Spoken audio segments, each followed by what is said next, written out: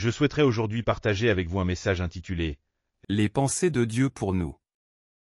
Veuillez répéter ce titre à haute voix. Les pensées de Dieu pour nous. Le passage biblique d'aujourd'hui est tiré de Jérémie 29, 11 à 14. Lisons-les ensemble. En effet, moi, je connais les projets que je forme pour vous, déclare l'Éternel, projets de paix et non de malheur, afin de vous donner un avenir et de l'espérance. Alors vous m'appellerez et vous partirez, vous me prierez et je vous exaucerai. Vous me chercherez et vous me trouverez, parce que vous me chercherez de tout votre cœur. Je me laisserai trouver par vous, déclare l'Éternel, et je ramènerai vos déportés. Je vous rassemblerai de toutes les nations et de tous les endroits où je vous ai chassés, déclare l'Éternel. Et je vous ferai revenir à l'endroit d'où je vous ai fait partir en exil. Les parents éprouvent de la joie rien qu'en regardant leurs enfants. Parfois, ils doivent les corriger, mais au fond de leur cœur, il y a toujours un amour sincère. C'est pourquoi ils cherchent toujours à pardonner et à comprendre leurs enfants. Ils veulent à tout prix les guider sur le bon chemin. Ce cœur vient de Dieu, notre Père spirituel. Le Dieu que nous croyons et servons est un Père véritablement bon. Il est un Dieu riche en miséricorde et en compassion. Tout d'abord, parlons de Dieu qui donne la paix, les rêves et l'espérance. Dans Jérémie 29, 11, il est écrit « Car je connais les projets que j'ai formés sur vous, dit l'Éternel, projets de paix et non de malheur, afin de vous donner un avenir et de l'espérance. » Lorsque Jérémie écrivit ces paroles, Juda était sur le point d'être détruit par Babylone. Les dirigeants de Juda avaient déjà été emmenés en captivité à Babylone à 2 reprises. Le peuple de Juda se demandait avec angoisse si Dieu les avait abandonnés. Ils étaient découragés et tremblaient de peur. C'est alors que le prophète Jérémie apporta un message de consolation aux captifs déportés à Babylone. D'un point de vue humain, la chute de Juda aux mains de Babylone était un désastre et une catastrophe. Mais Dieu avait un plan différent de celui que les hommes pouvaient imaginer. Ce qui importe, ce n'est pas comment je perçois ma vie, mais comment Dieu voit ma vie et où il veut m'emmener. Notre Dieu est un Père bon qui veut nous donner de bonnes choses. Dans Matthieu 7, 11, il est écrit « Si donc vous, qui êtes mauvais, vous savez donner de bonnes choses à vos enfants, à combien plus forte raison votre Père qui est dans les cieux donnera-t-il de bonnes choses à ceux qui les lui demandent. » Ne vous découragez devant aucun problème ni situation désespérée. Ne doutez jamais de la bonté de Dieu et ne renoncez jamais. Même si vous traversez une épreuve aujourd'hui, Dieu a préparé pour vous ce qu'il y a de meilleur. Tant que nous ne perdons pas la foi, les souffrances d'aujourd'hui se transformeront en bénédictions dans l'avenir. Dans Romains 5, 3 à 4, il est écrit « Bien plus, nous nous glorifions même des afflictions, sachant que l'affliction produit la persévérance. La persévérance la victoire dans l'épreuve, et la victoire dans l'épreuve l'espérance. » Dans 2 Corinthiens 4, 17, il est écrit « Car nos légères afflictions du moment présent produisent pour nous, au-delà de toute mesure, un poids éternel de gloire. » Ne craignez pas les épreuves qui vous frappent aujourd'hui. Jésus a enduré la croix parce qu'il voyait la joie, la victoire glorieuse et la résurrection triomphante qui l'attendaient après la souffrance. Quelle que soit la difficulté qui se présente, gardez toujours la paix dans votre cœur. Les plaintes, le mécontentement, l'inquiétude et la peur ne sont pas des attitudes de foi. Si vous traversez des moments difficiles, jetez-vous aux pieds de Dieu et priez avec des larmes. Lorsque vous priez, la foi naît. Lorsque la foi naît, la gratitude et la paix viennent. Dans Philippiens 4, 6 à 7, il est écrit « Ne vous inquiétez de rien, mais en toute chose, faites connaître vos besoins à Dieu par des prières et des supplications, avec des actions de grâce. Et la paix de Dieu, qui surpasse toute intelligence, gardera vos cœurs et vos pensées en Jésus-Christ. » Même au milieu des épreuves, ayez la paix et rêvez de grands rêves pour l'avenir. Gardez une espérance sainte et avancez sans regarder en arrière.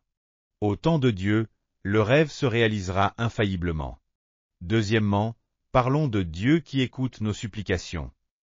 Dans Jérémie 29, 12, il est écrit « Vous m'invoquerez, et vous viendrez me prier, et je vous exaucerai. » Pourquoi le peuple de Juda a-t-il souffert?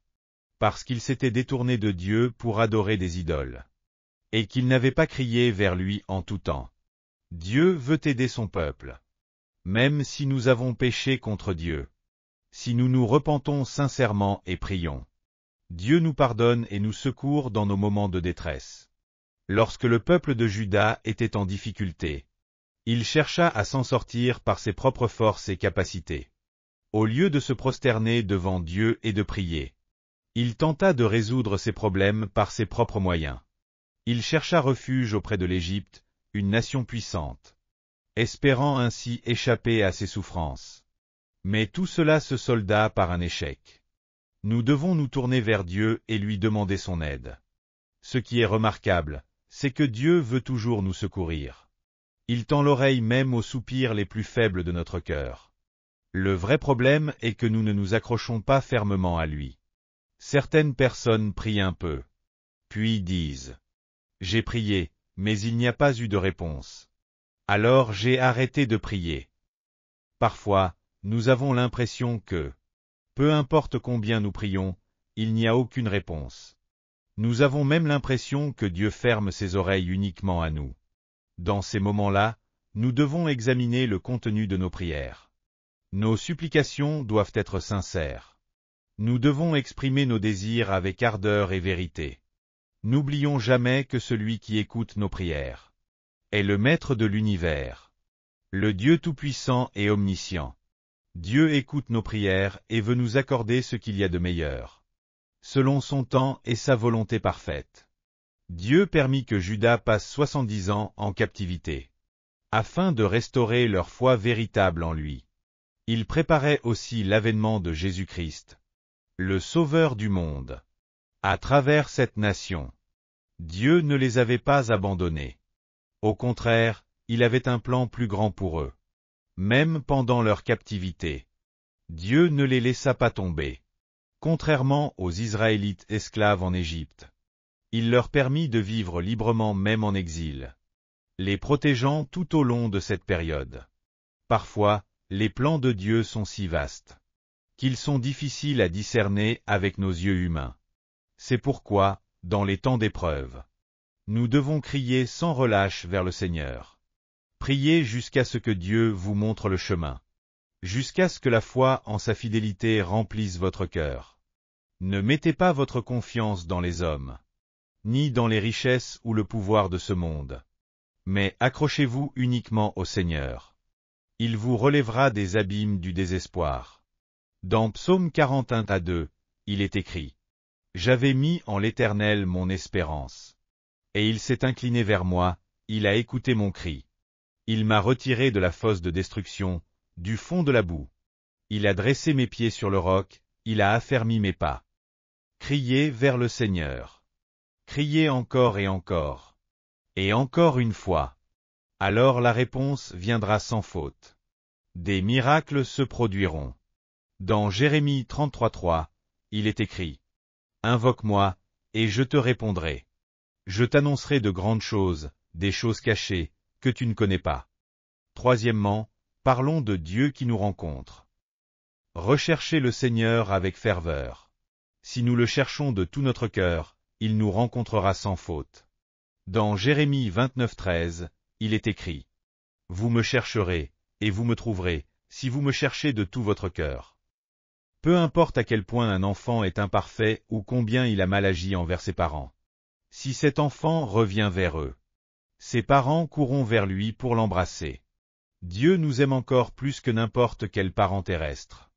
Il vient à notre rencontre avec un amour infini, et dans sa toute-puissance. Il résout tous nos problèmes. Dieu se souvint de son alliance avec Abraham et vint à la rencontre des Israélites esclaves en Égypte. Bien qu'il lui ait désobéi sans cesse dans le désert, Dieu ne les abandonna jamais, mais les conduisit jusqu'au pays de Canaan. Lorsque David, après avoir fait tuer un fidèle serviteur et pris sa femme, cria à Dieu, le Seigneur lui répondit. Dieu lui pardonna et ne le quitta jamais. Le peuple d'Israël fut jugé pour son idolâtrie et emmené en captivité à Babylone. Mais Dieu ne les abandonna pas. Il entendit leurs cris et après 70 ans, il les libéra et les ramena dans leur pays. Dieu est toujours fidèle et veille sur ses enfants. Dans Jérémie 29:14, il est écrit « Je me laisserai trouver par vous, dit l'Éternel. Et je ramènerai vos captifs. Je vous rassemblerai de toutes les nations et de tous les lieux où je vous ai chassés. Dit l'Éternel, et je vous ramènerai dans le lieu d'où je vous ai fait aller en captivité. Tout ce qui est brisé et blessé dans notre vie devient entier lorsque nous rencontrons le Seigneur. C'est pourquoi ceux qui rencontrent Dieu voient leur vie transformée.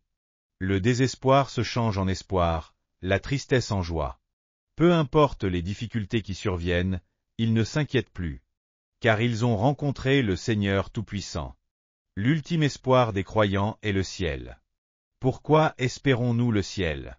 Parce que Dieu y est présent. Le jour où nous entrerons au ciel. Le Seigneur essuiera toutes nos larmes et nous comblera de son amour parfait et de sa joie éternelle. L'histoire de la missionnaire Park Sang-won, épouse du missionnaire Kim Jong-yang en Afrique. Lorsqu'elle arriva pour la première fois au Malawi, en Afrique, suivant son mari dans son ministère missionnaire. La vie y était si difficile qu'ils ne pouvaient même pas manger à leur faim. Le dimanche soir, alors qu'il se couchait, elle entendit son fils dire « Maman, j'ai faim ». À cet instant, toutes les bénédictions qu'elle avait reçues pendant le culte semblaient s'effacer. Son cœur s'endurcit de plus en plus. Elle se disputait avec son mari chaque jour.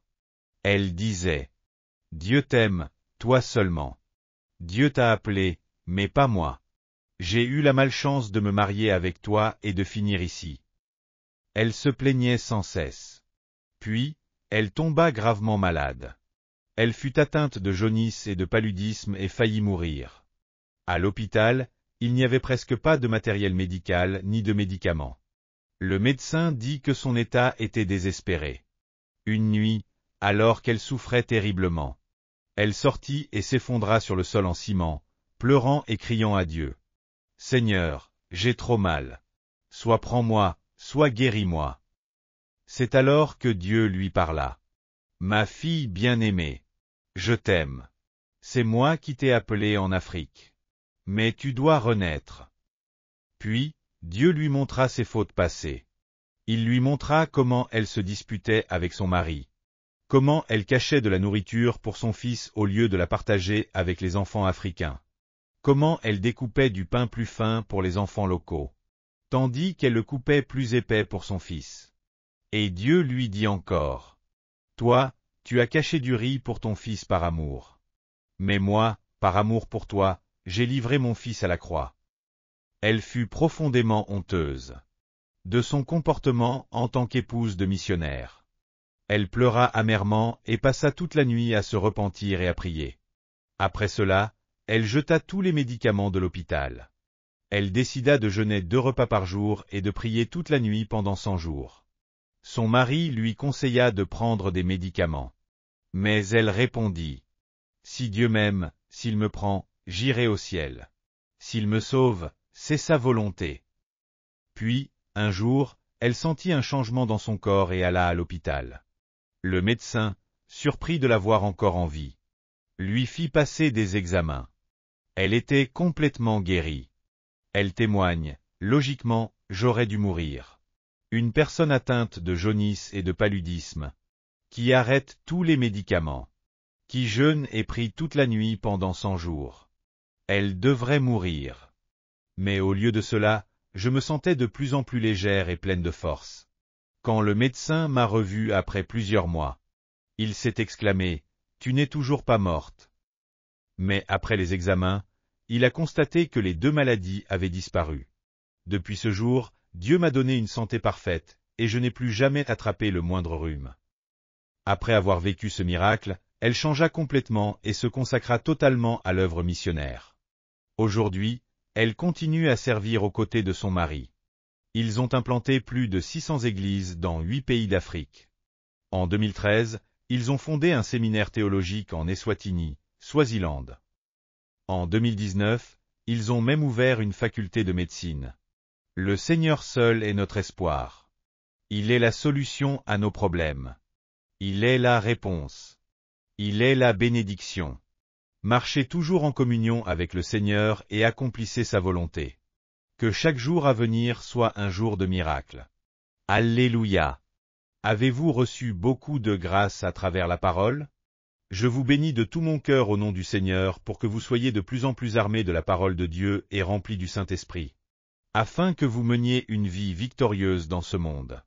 Si vous avez aimé cette vidéo, n'oubliez pas de vous abonner à la chaîne, d'activer les notifications et d'appuyer sur le bouton j'aime. Cela nous aide beaucoup à préparer plus de vidéos remplies de grâce. Et aussi laissez vos sujets de prière dans les commentaires. Notre équipe priera avec vous devant Dieu. Nous nous retrouverons avec joie dans la prochaine vidéo. Que Dieu vous bénisse grandement.